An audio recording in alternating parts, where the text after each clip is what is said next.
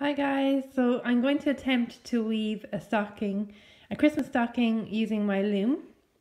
As you can see underneath, I've just used some brown packing paper, and then if you can just see under here, I'll move this slightly, I have the outline of a stocking drawn, and I'm going to use that as a template while I weave. So it'll be from here, the leg of the stocking, it'll just be plain weave down, and then I'm going to work on this shape here. So I'll plain weave this and I'll start working down along the stocking, and hopefully it'll all go to plan, and I'll be back to show you guys how it's going. I just moved my loom over just to show you better the shape. So I just drew this on myself.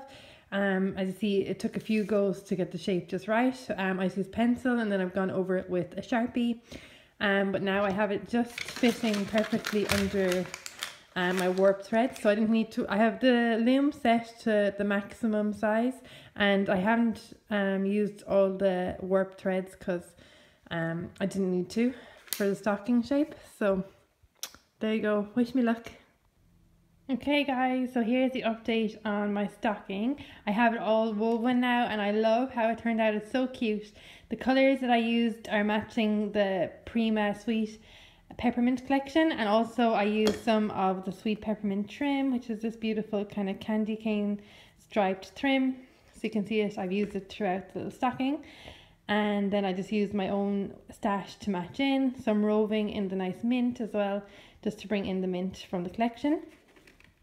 So what I did was plain weaved this whole top section of the sock, then I increased my rows by one warp thread all the way down along, and then I started decreasing around the heel, and it just made the sock shape. So it was very easy. So you can see there I increased by one all the way around to here, then I just did it straight without increasing, and then I started decreasing by one, and along the heel I was decreasing by one all along here to make it into the heel shape.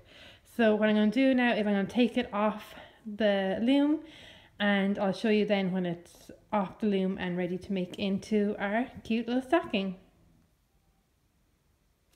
So when you're removing the stocking from the loom, just cut 2 warp threads at a time and tie them off carefully. Just, you don't want to lose the shape of your stocking. Then I just layered my weave in between 2 pieces of just red fleece fabric, so you can see them there together, and then just quickly just stitched around the edge, so all the way around except for leaving the top open. And now what I can do is I can turn this inside out and it will be a stocking. So hold on now. So now your stocking looks like this, and you can see all the cute trims, and then the top is still open here, but that's the stocking center. So what I'm going to do is I'm just going to hand stitch this front piece of fleece to the weaving to just neaten that off so you can't see down into where I've tied off the back pieces of the weave. So I'm just going to hand stitch that on, and then we'll have our stocking. So I'm just finishing off my edge using a blanket stitch, and I decided to go for the minty green to pick up on the minty green roving that I used. And I'm just using a blanket stitch. So this is how you do it. You bring your needle through from the back. Sorry, I'm doing it one-handed with my phone camera.